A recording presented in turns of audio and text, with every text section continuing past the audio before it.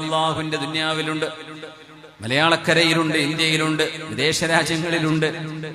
ഞാൻ പറയുന്നത് ഏറ്റവും വലിയ കടപ്പാട് അവനവന്റെ ജോലി ചെയ്യുന്ന ജോലിക്കാർക്ക് കൃത്യമായ ശമ്പളം, തുച്ഛമായ ശമ്പളം കൊടുത്തിട്ട് നാട്ടുകാർക്ക് കോടികൾ സംഭാവന കൊടുത്തിട്ട് ഒരു കാര്യവുമില്ല. നിങ്ങളുടെ ജോലിക്കാർ അവര് നിങ്ങൾക്ക് എല്ലുമുറിയെ ഉറക്കമൊഴിച്ച് അവരുടെ അധ്വാനവും സമയവും നിങ്ങൾക്ക് ചെലവഴിച്ചത് കൊണ്ടല്ലേ നിങ്ങൾക്ക് കോടികൾ വരുമാനം ഉണ്ടാക്കാൻ പറ്റുന്നത്. ഏതെങ്കിലും ഒരു വിശേഷപ്പെട്ട ദിവസം വരുമ്പോ നാട്ടുകാർക്കോ ഏതെങ്കിലും സംവിധാനങ്ങൾക്കോ നിങ്ങൾ കോടികൾ ഓഫർ ചെയ്യുമ്പോ ആ ഓഫർ ചെയ്യുന്നതിന്റെ മുമ്പ് നിങ്ങളുടെ ജോലിക്കാർക്ക് നിങ്ങൾ മാന്യമായ ശമ്പളമാണോ കൊടുക്കുന്നത് എന്ന് ഉറപ്പുവരുത്തുക. ആ പാവങ്ങൾക്ക് എന്തെങ്കിലും ഒരു ചെറിയ സമ്മാനത്തുക, എന്തെങ്കിലും ഒരു ഹദിയ അവർക്ക് കൊടുത്തിട്ടാണ് നിങ്ങൾ മറ്റുള്ളവർക്ക് കൊടുത്തിട്ട് കാര്യമുള്ളൂ. അവരുടെ കാര്യം ശ്രദ്ധിക്കാതെ, അവർക്ക് മാന്യമായ ശമ്പളം കൊടുക്കാതെ, അവരുടെ ഹക്ക് വീട്ടാതെ നാട്ടുകാരുടെ മുമ്പിൽ പേരും പെരുമയും ഉണ്ടാക്കാൻ ലക്ഷങ്ങളുടെ സംഭാവന കൊടുത്തു എന്ന് പറയുന്ന ആ ഒരു മെയ് നടിക്കുന്ന പരിപാടി അള്ളാഹു സ്വീകരിക്കുകയില്ല. മുഅ്മിനേ, പടച്ചവനെ ഭയപ്പെടുന്ന ആളുകളോടാണ് പറയുന്നത്. നിങ്ങളുടെ ആദ്യത്തെ കടപ്പാട് നിങ്ങൾക്ക് വേണ്ടി പണിയെടുക്കുന്ന നിങ്ങളുടെ ആമിലീങ്ങളോടാണ്. അവർക്ക് നിങ്ങൾ ശമ്പളം കൊടുക്കും. ഏത് നിസ്സാരമായ ശമ്പളത്തിന് നാളെ കിട്ടും. അതാണോ അവസ്ഥ? ജോലി കിട്ടാത്തതിന്റെ പേരിൽ ഇപ്പൊ ഗൾഫിലൊക്കെ ആണെങ്കിൽ 1000, 1200, 1300 ദിർഹമോ റിയാലോ ശമ്പളം എന്ന് പറഞ്ഞ ആളുകൾ കയറും ജോലിക്ക്. എന്തിന്? അതെങ്കിലും അതാവട്ടെ. പക്ഷേ ആ മനുഷ്യൻ ചെയ്യുന്ന അധ്വാനം കൊണ്ട് ആയിരങ്ങളും പതിനായിരങ്ങളും ഈ മുതലാളിക്ക് ലഭിക്കുമ്പോ ആ പാവപ്പെട്ട ജോലിക്കാരന് ശമ്പളം വർദ്ധിപ്പിക്കേണ്ട ഒരു ബാധ്യത ഇയാൾക്കില്ലേ? അയാൾ ഗതികെട്ടിട്ടാണ് നിൽക്കുന്നത്. സ്വന്തം റൂമിന് ചെലവും ഭക്ഷണവും കഴിഞ്ഞാൽ എന്താ ബാക്കിയുണ്ടാവുക? എന്തുണ്ടാകും കയ്യില്? അതിന്റെ പേരിൽ അവർ മോഷ്ടിക്കാൻ അവർ നിർബന്ധിതരാകുന്നു. അനിയന്ത്രിതമായി സമ്പാദിക്കാൻ അവർ നിർബന്ധിതരാകുന്നു. ജോലിയിൽ കള്ളത്തരം കാണിക്കാൻ അവർക്ക് തോന്നിത്തുടങ്ങുന്നു. ഇതൊക്കെ ചെയ്യുമ്പോ അവനവന്റെ ലേബേഴ്സിന്, അവനവന്റെ എംപ്ലോയീസിന് കൃത്യമായ ശമ്പളം നമ്മൾ നൽകുന്നുണ്ടോ? അവർക്ക് ഒരു മാന്യമായ ഒരു മാർക്കറ്റ് സ്കെയിൽ അതുണ്ടാകുമല്ലോ ഏതൊരു നാട്ടിലും. അത് കൊടുക്കണം. ഏറ്റവും ചെറിയ ശമ്പളം കൊടുത്താൽ ആളുകൾ നിൽക്കും, മജ്ബൂറ് കൊണ്ട്, വേറെ ജോലി കിട്ടാത്തത് കൊണ്ട്. എന്നിട്ട് ഇവിടെ കോടികളാ കൊടുക്കുന്നത്. ആ കോടികൾ പോകട്ടെ, ആയിരങ്ങൾ കൊടുത്താൽ സ്വന്തം ആയിരക്കണക്കിന് ജോലിക്കാർ എത്ര സന്തോഷിക്കും. അവരുണ്ടായത് കൊണ്ടല്ലേ നമുക്ക് കോടികൾ ഉണ്ടായത്. അതുകൊണ്ട് മുതലാളിമാർ ശ്രദ്ധിക്കുക, അവനവന്റെ ജോലിക്കാരോട് നിങ്ങൾക്ക് കടപ്പാടുണ്ട്. അവരെ കഴിഞ്ഞിട്ടേ നിങ്ങൾക്ക് നാട്ടുകാരുടെ വിഷയം നോക്കേണ്ടതുള്ളൂ. ആ ജോലിക്കാർ ഉണ്ടായതിന്റെ പേരിലാണ് നിങ്ങൾക്ക് ഇങ്ങനെ പൊതുരംഗത്തിറങ്ങാനും അല്ലെങ്കിൽ നിങ്ങൾക്ക് പേരും പ്രശസ്തിയും ഉണ്ടാകാനും നിങ്ങൾക്ക് കാരണമാകുന്നത്. ഹബീബായ നബി തങ്ങൾ കാനൻ നബിയു സ്വല്ലല്ലാഹു അലൈഹി വസല്ലമ യഹ്തജിമു, നബി തങ്ങൾ കൊമ്പ് വെക്കുമായിരുന്നു, കപ്പിംഗ് ചെയ്യുമായിരുന്നു, ഹിജാമ ചെയ്യുമായിരുന്നു. വലം യകുൻ യളിമു അഹദാ അജ്റഹു, ഒരാളുടെയും കൂലി നബി തങ്ങൾ കുറക്കുമായിരുന്നില്ല. ഒരു ഹജ്ജാമിന് നബി തങ്ങൾ അന്ന് കൊടുത്തത് 1 ദീനാറാണ്. 1 ദീനാർ എന്ന് പറയുന്നത് 4.5 ഗ്രാം സ്വർണമാണ്. 4.25 ഗ്രാം സ്വർണത്തിനാണ് 1 ദീനാർ എന്ന് പറയാം. 4.25 ഗ്രാം സ്വർണം. ഒരു കപ്പ് വെച്ചതിനൊന്നും കപ്പിങ്ങിനൊന്നും അങ്ങനെ ഒരു കൂലെന്ന് കൊടുക്കൂല. 1 ദിർഹം 2 ദിർഹം ധാരാളമാണ്. പക്ഷേ നബി തങ്ങൾ മാന്യമായ ശമ്പളം കൊടുത്തു. അതുകൊണ്ടാണ് ഞാൻ നേരത്തെ പറഞ്ഞത്, മുതലാളിമാർ മാന്യമായ ശമ്പളം കൊടുക്കണം. ഏറ്റവും ബേസിക് സാലറിയിൽ നിർത്തിയിട്ട് കുറെ ആളുകളെ വെച്ച് ജോലി ചെയ്തിട്ട് ഞാൻ ഇത്രത്തോളം ആളുകൾ എന്റെ കൂടെ ഉണ്ടെന്ന് മേനി പറയലൊന്നുമല്ല മനുഷ്യത്വം എന്ന് പറയുന്നത്.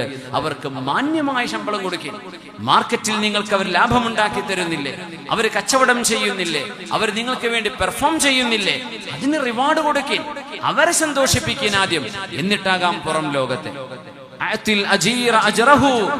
ഒരു കൂലിക്കാരന് ജോലി ചെയ്ത ആൾക്ക് നിങ്ങൾ ശമ്പളം കൊടുക്കണം, അവരുടെ വിയർപ്പ് വറ്റുന്നതിന്റെ മുമ്പ് എന്ന് പറഞ്ഞ നബിയാ നമ്മുടെ റസൂലുള്ളാഹി സ്വല്ലല്ലാഹു അലൈഹി വസല്ലം.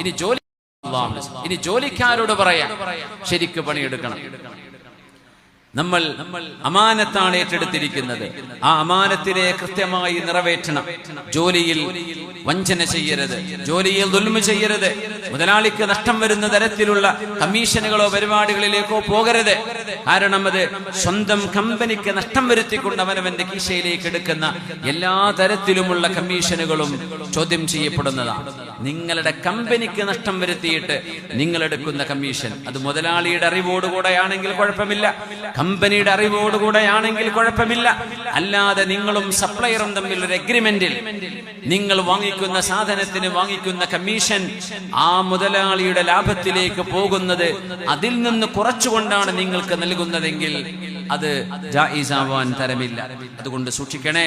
അല്ലാഹു സുബ്ഹാനഹു വ തആല കാര്യങ്ങൾ മനസ്സിലാക്കാൻ തൗഫീഖ് തരട്ടെ. വല്ലാഹു ലാ യുഹിബ്ബുൽ ളാലിമീൻ. അനീതി ചെയ്യുന്നവരെ അല്ലാഹുവിന് ഇഷ്ടമല്ല. പിന്നെ പറഞ്ഞു അലാ ലഅനതുല്ലാഹി അലൽ ളാലിമീൻ. അറിയണേ, അല്ലാഹുവിന്റെ ശാപമുണ്ട് അനീതി ചെയ്യുന്നവർക്ക്. നമ്മുടെ പരിപാടിയുടെ വിജയത്തിന് വേണ്ടി നമ്മുടെ പ്രവർത്തകര് ബക്കറ്റുമായി വരുന്നുണ്ട്. ഇൻഷാ അല്ലാഹ് കഴിവിന്റെ സഹായങ്ങൾ ചെയ്യണം.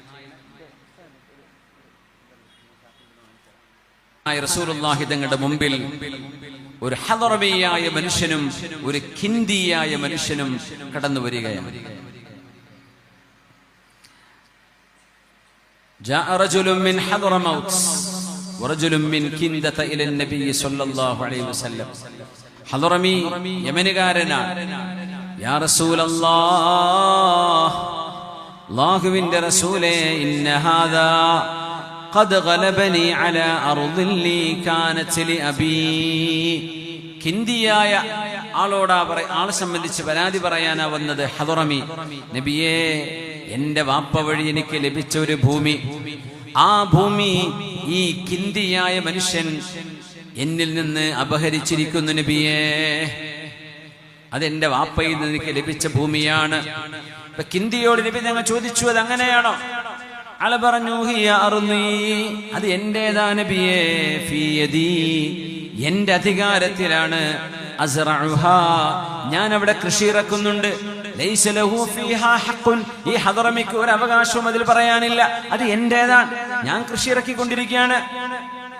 റസൂലുള്ളാഹി ഞങ്ങൾ ചോദിച്ചു ഹദറമിയോട്, അലക ബയ്യിന, നിങ്ങൾക്ക് തെളിവുണ്ടോ? തെളിവുണ്ടോ നിങ്ങളുടേതാണെന്ന് പറയാൻ? ബയ്യിനത്തുണ്ടോ? അദ്ദേഹം പറഞ്ഞില്ല, എന്റെ അടുത്ത് തെളിവില്ല. അപ്പൊ പറഞ്ഞു, ഫലക യമീനുഹു, എന്നാൽ നിങ്ങൾ ആരെ പറ്റിയാണോ ആരോപിച്ചത് അയാൾക്ക് സത്യം ചെയ്യാൻ അവകാശമുണ്ട്. നിങ്ങൾക്ക് തെളിവുണ്ടെങ്കിൽ തെളിവ് കാണിക്കുക, അല്ലെങ്കിൽ അയാൾ സത്യം ചെയ്ത് പറയണം ഇത് എന്റേതാണ് എന്ന്. സത്യം പറയാൻ പോകുമ്പോ ഹദറമി പറഞ്ഞു, നബിയേ, ഈ കിന്ദിയായ മനുഷ്യനെ നിങ്ങൾക്കറിയുമോ? യാ റസൂലല്ലാഹ്, ഇന്നർ റജുല ഫാജിറുൻ ലാ യുബാലി അലാ മാ ഹലഫ അലൈഹി. ഇത് തെമ്മാടിയാ നബിയെ, ഫാജിറാൻ, അവന് എന്തും സത്യം ചെയ്യാൻ ഒരു മടിയില്ല. അങ്ങനെയുണ്ട്, എല്ലാ കള്ളത്തരം ചെയ്ത് അവസാനം മുസാഫ് കൊണ്ടുവരും സത്യം ചെയ്യാൻ. ഓന് മുസാഫിന്റെ മേലെ ഒരു കെട്ട് മുസാഫ് കൊടുത്താലും സത്യം ചെയ്യും. പച്ച നുണയായിരിക്കും പറയുന്നുണ്ടാവുക. അവർക്ക് സത്യം ചെയ്യുന്നതിൽ പേടിയില്ല. ഞാന് നബിയെ, അവൻ സത്യം ചെയ്തേക്കും, എനിക്ക് തെളിവില്ലെന്ന് പറഞ്ഞ എന്റെ അടുത്ത് പേപ്പറൊന്നുമില്ല, എന്റെ അടുത്ത് എന്റേതാണെന്ന് തെളിയിക്കാൻ രേഖകളില്ല നബിയെ. പക്ഷേ അത് അവന്റേതാണെന്ന് പറഞ്ഞവൻ സത്യം ചെയ്താൽ ആ ഭൂമി അവന്റേതായി മാറുകയും ചെയ്യും നബിയെ. അവനാണെങ്കിലോ നുണ പറയാൻ മടിയില്ലാത്ത ആളാ നബിയെ. ഇന്നർ റജുല ഫാജിറുൻ ലാ യുബാലി അലാ മാ ഹലഫ അലൈഹി വലൈസ യതവറഉ മിൻ ഷൈഇൻ, ഒരു സൂക്ഷ്മതയുമില്ലാത്ത ആളാണ് നബിയെ ഈ മനുഷ്യൻ. എന്ത് ചെയ്യും? ലൈസ ലക മിൻഹു ഇല്ലാ ദാലിക്. ഈ സന്ദർഭത്തിൽ നിങ്ങൾക്ക് തെളിവ് ഹാജരാക്കാൻ കഴിയാത്തതുകൊണ്ട് ആ കിന്ദിയുടെ സത്യമേ എനിക്ക് സ്വീകരിക്കാൻ പറ്റൂ.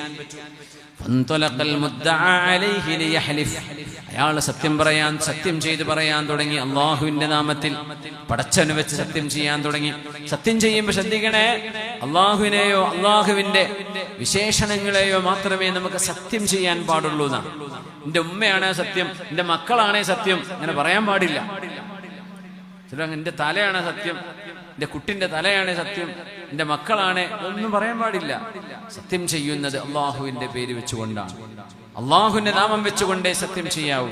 അല്ലെങ്കിൽ അള്ളാഹുവിന്റെ അസ്മാഉകളും സിഫാത്തുകളും, അലീമായ അള്ളാഹുവിനെ തന്നെയാണ് സത്യം, ഖാദിറായ അള്ളാഹുവിനെ തന്നെയാണ് സത്യം, അങ്ങനെയൊക്കെ പറയാം. സത്യം ചെയ്തു. സത്യം ചെയ്തപ്പോൾ അള്ളാഹുവിന്റെ റസൂല് ആ മനുഷ്യൻ സത്യം ചെയ്തത് എന്റേതാണെന്ന് പറഞ്ഞ് തിരിച്ചു പോകുമ്പോ പറയുകയാണ്, അമാ ലഇൻ ഹലഫ അലാ മാലി സാഹിബിഹി ലിയഅകുലഹു ദുൽമാ. സ്വന്തം സഹോദരന്റെ ഭൂമി അത് എന്റേതാണ് എന്ന് പറഞ്ഞ് ആ സഹോദരന്റെ ഭൂമി തട്ടിയെടുക്കാൻ ഉദ്ദേശിച്ചുകൊണ്ട് അയാൾ സത്യം ചെയ്യുകയായിരുന്നുവെങ്കിൽ അള്ളാഹുവിന്റെ മുമ്പിലേക്ക് അവൻ കാണാൻ ചൊല്ലുമ്പോൾ അള്ളാഹു അവനിൽ നിന്നും മുഖം തിരിക്കുമെന്ന് നബിയുനാ റസൂലുള്ളാഹി സ്വല്ലല്ലാഹു അലൈഹി വസല്ലം. അതുകൊണ്ട് കള്ളസത്യങ്ങൾ പറയരുത്, കള്ളസാക്ഷിത്വങ്ങൾ പറയരുത്. കള്ളസത്യം പറയുന്നത് അള്ളാഹുവിന് ഇഷ്ടമല്ല. കള്ളസത്യം പറയരുത്, അള്ളാഹു അത്രമേൽ വെറുക്കുന്നതാണത്. പച്ച നുണയായിട്ട് സത്യം ചെയ്ത് പറയാം.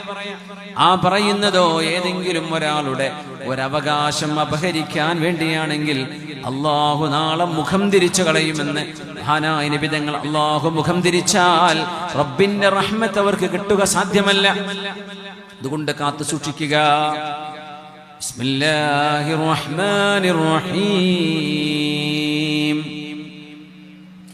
قال لقد ظلمك بسؤال نعجتك إلى نعاجه وإن كثيرا من الخلطاء ليبغي بعضهم على بعض إلا الذين آمنوا وعملوا الصالحات وقليل ما هم. ഇനി പറയുന്നത് ഷയർ, പരസ്പരം കൂറോടുകൂടെ കച്ചവടം ചെയ്യുന്ന ആളുകൾ. സയ്യിദുനാ ദാവൂദ് അലൈഹിസ്സലാമിന്റെ മുമ്പിൽ വന്ന ഒരു വിഷയം. രണ്ട് മലക്കുകൾ ജിബ്രീൽ അലൈഹിസ്സലാമും മീകായിൽ അലൈഹിസ്സലാമുമായിരുന്നു എന്നാണ് ചരിത്രം. അവര് മനുഷ്യരൂപത്തിൽ കടന്നു വന്നു. ദാവൂദ് നബി അലൈഹിസ്സലാം മസ്ജിദിൽ ഇരിക്കുകയാണ്. മഹാനവറുകളുടെ മസ്ജിദിലല്ല, മഹാന്റെ മഹ്കമയിൽ വിധി പറയുന്ന സ്ഥലത്തിരിക്കുമ്പോ അവിടുത്തെ പാറാവുകാർ അകത്ത് വിടാൻ അവരെ സമ്മതം കൊടുക്കാതിരുന്നപ്പോ മതിൽ ചാടിക്കൊണ്ടാണ് അവര് വന്നത്. തസവ്വറുൽ മിഹ്റാബ്. ബിസ്മില്ലാഹിർ റഹ്മാനിർ റഹീം. وهل أتاك نبأ الخصم إذ تسوروا المحراب. ഇത് മലക്കുകൾ ദാവൂദ് നബിയുടെ മുമ്പിൽ വന്ന് അഭിനയിച്ചതായിരുന്നു എന്നാണ്. അഭിനയിക്കുന്നത് അങ്ങനെ കാണിച്ചു, യഥാർത്ഥം അങ്ങനെയായിരുന്നു. ഇതൊരു പരീക്ഷണമായിരുന്നു. മലക്കുകളാണിത് ചെയ്തത്. പരാതിയുമായി വന്ന ആളുകളുടെ വിഷയം അങ്ങ് അറിഞ്ഞോ നബിയേ? ഇത് തസവ്വറുൽ മിഹ്റാബ്. മതിൽ ചാടി കടന്നുകൊണ്ടവര് വന്നു. ഇദ്ദഖലൂ അലാ ദാവൂദ ഫഫസിഅ മിൻഹും. ദാവൂദ് നബി അലൈഹിസ്സലാമിന്റെ മുമ്പിലേക്ക് അവർ കടന്നു വന്നപ്പോൾ ഫഫസിഅ മിൻഹും, ദാവൂദ് നബി അവരെ കണ്ട് പേടിച്ചു. ദാവൂദ് അലൈഹിസ്സലാം ഫലസ്തീനുകാരനാണ്. ദാവൂദ് നബിയുടെ ഖബറുള്ളത് മസ്ജിദുൽ അഖ്സയുടെ തൊട്ടടുത്താണ്. അത് ജൂതന്മാരുടെ കൺട്രോളിലാണ് ആ സ്ഥലം. നമുക്ക് സിയാറത്തൊക്കെ ചെയ്യാൻ പറ്റാറുണ്ട്. നമുക്കവിടെ യാസീൻ ഓതാം, അവരവിടെ നിന്ന് തെൽമൂദ് ഓതിക്കൊണ്ടിരിക്കും. ജൂതന്മാരും അവരുടെ കുറെ മുത്തഅല്ലിമീങ്ങളൊക്കെ ഉണ്ടാവും. അവരൊക്കെ ഇങ്ങനെ തെൽമൂദ് ഓതി, അവരൊക്കെ ഇങ്ങനെ തലയാട്ടിയിട്ടാ ഊത. അങ്ങനെ ഒരു പ്രത്യേക ഒരു സ്റ്റൈലുണ്ട് അവരുടെ ജൂത മുത്തഅല്ലിമീങ്ങൾ. അവരങ്ങനെ തെൽമൂദ് തൗറാത്ത് ഓതിക്കൊണ്ടിരിക്കും. നമുക്കിപ്പുറത്ത് ദാവൂദ് നബിന്റെ മഖാമിന്റെ ജൂതന്മാരുടെ ഒരു അവര് ചെയ്തതിൽ ഒരു നല്ല കാര്യം ഞാൻ കാണുന്നത്, ദാവൂദ് നബിയുടെ മഖാമിൽ ചെല്ലുമ്പോ പുരുഷന്മാരൊക്കെ തലമറക്കണം, നിർബന്ധം. നമ്മൾ തൊപ്പിയോ തലപ്പാവോ നമ്മുടെ തലയിൽ ഇല്ലെങ്കിൽ അവരുടെ ഒരു ചെറിയ ചട്ടിത്തൊപ്പി ഉണ്ടല്ലോ, അത് വെച്ച് തരും തലയിൽ. അത് വെച്ചിട്ടേ ദാവൂദ് നബിന്റെ മഖാമിലേക്ക് കടക്കാൻ പറ്റുള്ളൂ. അത് മാത്രല്ല, ആണുങ്ങൾ വേറെ പോണം, പെണ്ണുങ്ങൾ വേറെ സൈഡിലേക്ക് പോകണം. മിക്സ് ആവാൻ പാടില്ല. ഇത് ജൂതന്മാരുടെ അവരുടെ നിയമം, നമ്മുടെ നിയമം അത് തന്നെയാണ്. അങ്ങനെ ഒരു ഹുർമത്തുള്ള മഖാമാണ് ദാവൂദ് നബി അലൈഹിസ്സലാമിന്റെ മഖാം. ഒരു ദാവൂദ് നബി എന്നല്ല വിളിക്കുക, അവർ കിങ് ഡേവിഡ്, അങ്ങനെ അവിടെ പേരൊക്കെ എഴുതാം. രാജാവായ ദാവൂദ് അലൈഹിസ്സലാം, രാജാവാണ്, നമുക്ക് അവർ നബിയാണ്. അല്ലാഹുവിന്റെ നബിയായ ദാവൂദ് അലൈഹിസ്സലാം, സുലൈമാൻ നബിയുടെ വാപ്പ ദാവൂദ് അലൈഹിസ്സലാം, അവരാണ് മസ്ജിദുൽ അഖ്സയെ കെട്ടിപ്പടുത്തത്. ഇസ്മായിൽ നബിയും ഇബ്രാഹിം നബിയും വാപ്പയും മോനും. ഇസ്മായിൽ നബി മോനാൻ, ഇബ്രാഹിം നബി ഉപ്പയാണ്. അവര് കഅബയുടെ പുനരുദ്ധാരണം ചെയ്ത പോലെ മസ്ജിദുൽ അഖ്സയുടെ പുനരുദ്ധാരണം ചെയ്തത് ദാവൂദ് നബിയും മകൻ സുലൈമാൻ നബിയുമാണ് അലൈഹിമുസ്സലാം, വാപ്പയും മകനുമാണ്.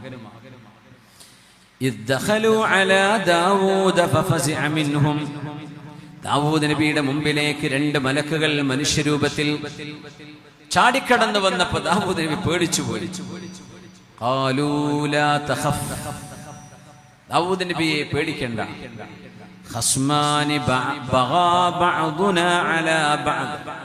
ഞങ്ങൾ 2 പാർട്ട്ണർഷിപ്പ് കച്ചവടക്കാരാണ്, ഞങ്ങൾ അങ്ങോട്ടും ഇങ്ങോട്ടും വഴിവിട്ട് പെരുമാറുകയുണ്ടായി, അതുകൊണ്ട് ഞങ്ങളിൽ നിയമം പറയണം, ഞങ്ങളിൽ വിധി കൽപ്പിക്കണം. ഫഹ്കും ബൈനനാ ബിൽ ഹഖ് വലാ തുശ്തിത് വഹ്ദിനാ ഇലാ സവാഇസ് സിറാത്ത്.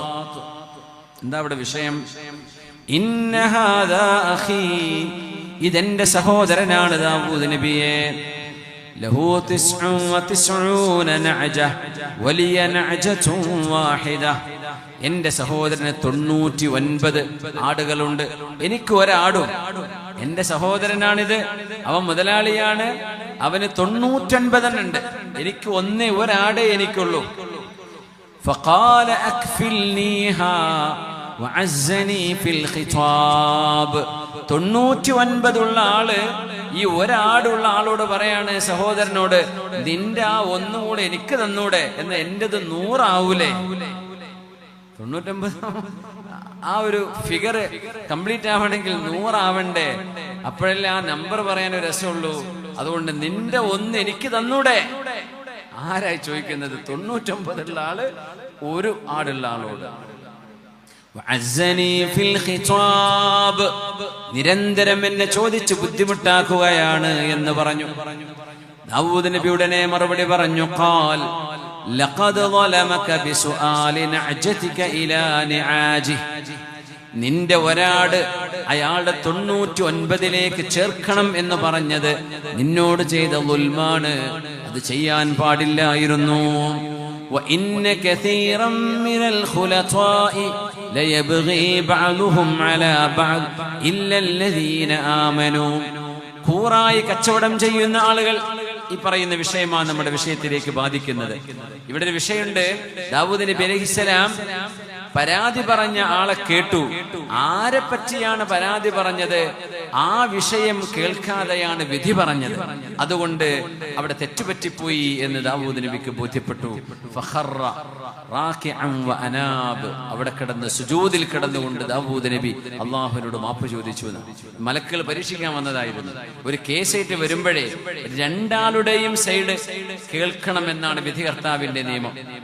ഇത് ഒരാളെ പറഞ്ഞുള്ളൂ, എന്റെ ഒരാടവൻ ചോദിച്ചു, അത് അവൻ ചോദിച്ചിട്ടുണ്ടോ, അത് ശരി തന്നെയാണോ എന്ന് പരിശോധിക്കേണ്ടത് ദാവൂദ് നബിയുടെ ബാധ്യതയായിരുന്നു. ദാവൂദ് നബി ഇത് ചെയ്യാൻ മറന്നുപോയി. പെട്ടെന്ന് അങ്ങോട്ട് വിധി പറഞ്ഞു, അത് തെറ്റാണല്ലോ, അത് ചെയ്യാൻ പാടില്ലല്ലോ. അങ്ങനെ വിധി പറഞ്ഞത് തെറ്റായി പോയി എന്ന് അല്ലാഹു ദാവൂദ് നബിയെ പറഞ്ഞു പഠിപ്പിച്ചു കൊടുത്തു. അതാണ് ഇവിടുത്തെ ചരിത്രം. പക്ഷെ ദാവൂദ് നബി ഒരു കാര്യം പറഞ്ഞു, وإن كثيرا من الخلطاء ليبغي بعضهم على بعض إلا الذين آمنوا وعملوا الصالحات وقليل ما هم. കൂട്ടുകച്ചവടം ചെയ്യുന്ന ആളുകൾ അവര് പരസ്പരം അനീതി ചെയ്യുന്നവരാണ്. ഒരാൾ മറ്റൊരാളിന്റെ ഹക്ക് എടുക്കുന്ന ആളുകളാണ്. ഇല്ലല്ലദീന ആമനു, അല്ലാഹുവിൽ വിശ്വാസമുള്ളവരൊഴികെ, വഅമിലുസ് സ്വാലിഹാത്തി, സൽക്കർമ്മം ചെയ്യുകയും ഈമാൻ ഉണ്ടാവുകയും ചെയ്തവരൊഴികെ, വഖലീലും മാഹും. ഒരു പാർട്ണർ നാട്ടിൽ പോയാൽ കച്ചവടത്തിൽ വ്യത്യാസം വരും, ലാഭത്തിൽ വ്യത്യാസം വരും.